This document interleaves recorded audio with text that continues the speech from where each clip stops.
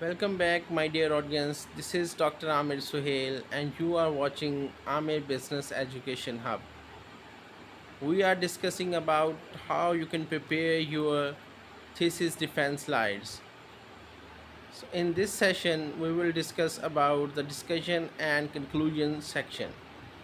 हमारे पास final section आ गया है जो हम लोग अपनी डिबेट करने जा रहे हैं। हम लोग अपने रिजल्ट्स की फाइंडिंग्स को कंक्लूड करने जा रहे हैं। उस कंक्लूजन में हम लोगों ने बेसिकली क्या देखना है कि फाइंडिंग्स मेजर्स क्या आई हैं।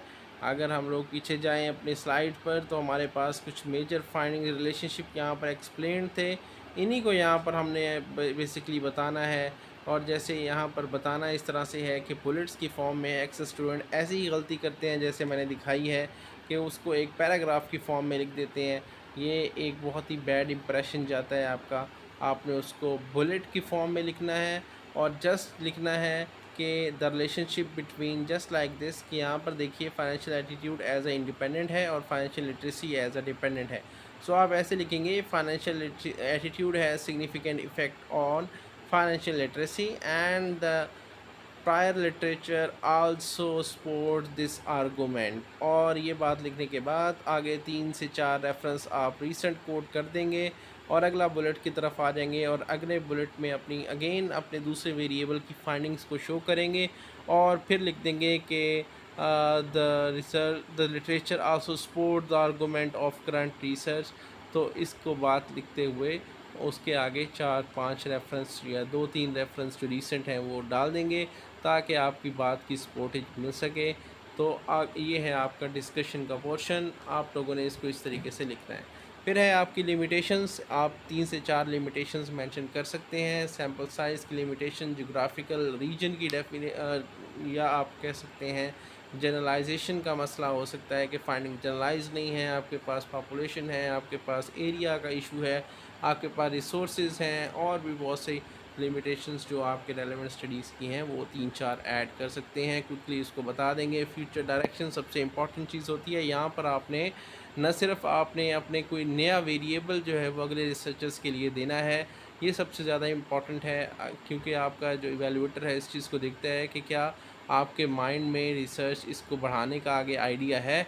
तो आपने उसको एग्जीक्यूट करना है। कोई 1-2 वेरिएबल का ज़रूर बताना है कि ये वेरिएबल्स जो है जैसे यहाँ पर फाइनेंशियल एक्सपीरियंस या रिस्क टॉलरेंस को एज अ मॉडरेटिंग वेरिएबल के तौर पर चेक किया जा सकता है।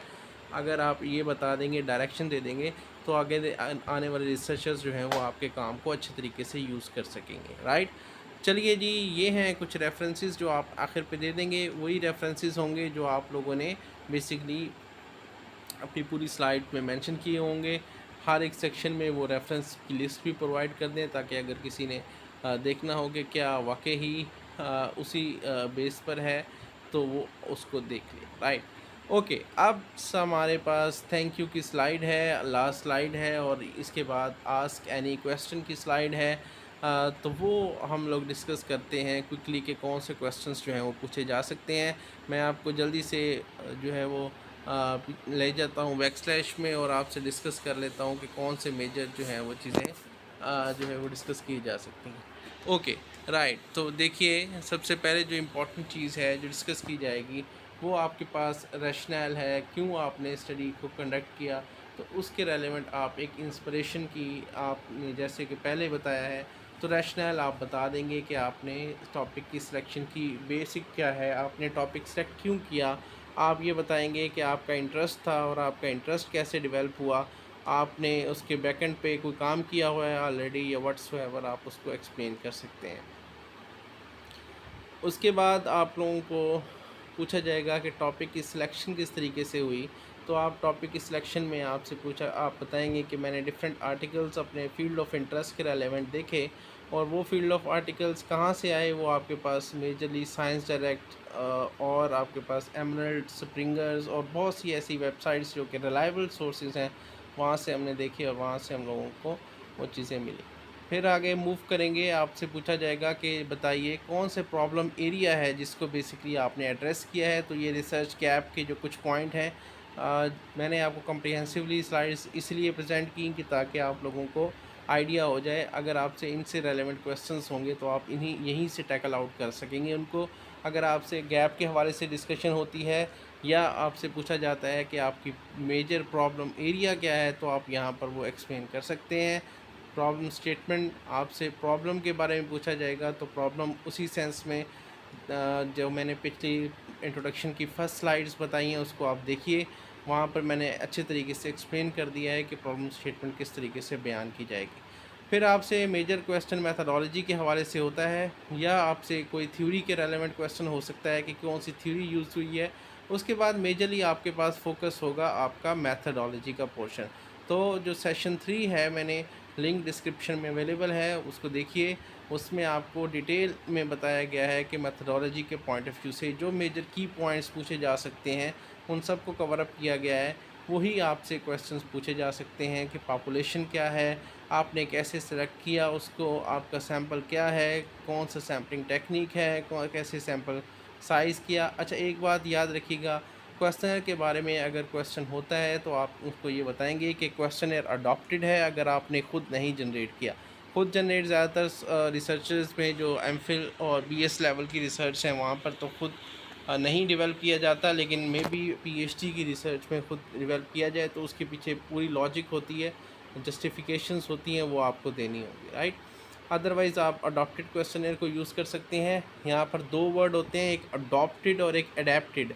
अडॉप्टेड का वर्ड यूज़ होता है वहाँ पर जहाँ पर आप सेम इट इज़ जो है वो कोई भी जो अपना उठा लेते हैं किसी का जो ऑलरेडी यूज़ हुआ क्वेश्चनर हो, और अडेप्ट का मतलब होता है कि आपने उसको मॉडिफाई किया है अपने लोकल कॉन्टेक्स्ट में। तो आप ज़्यादातर यूज़ करते हैं अडेप्टेड क्वेश्चनर, उसको थोड़ा बहुत लोकल कॉन्टेक्स्ट में आप चेंज करते हैं, तो आप वो बता देंगे कि अडेप्टेड क्वेश्चनर यूज़ हुआ।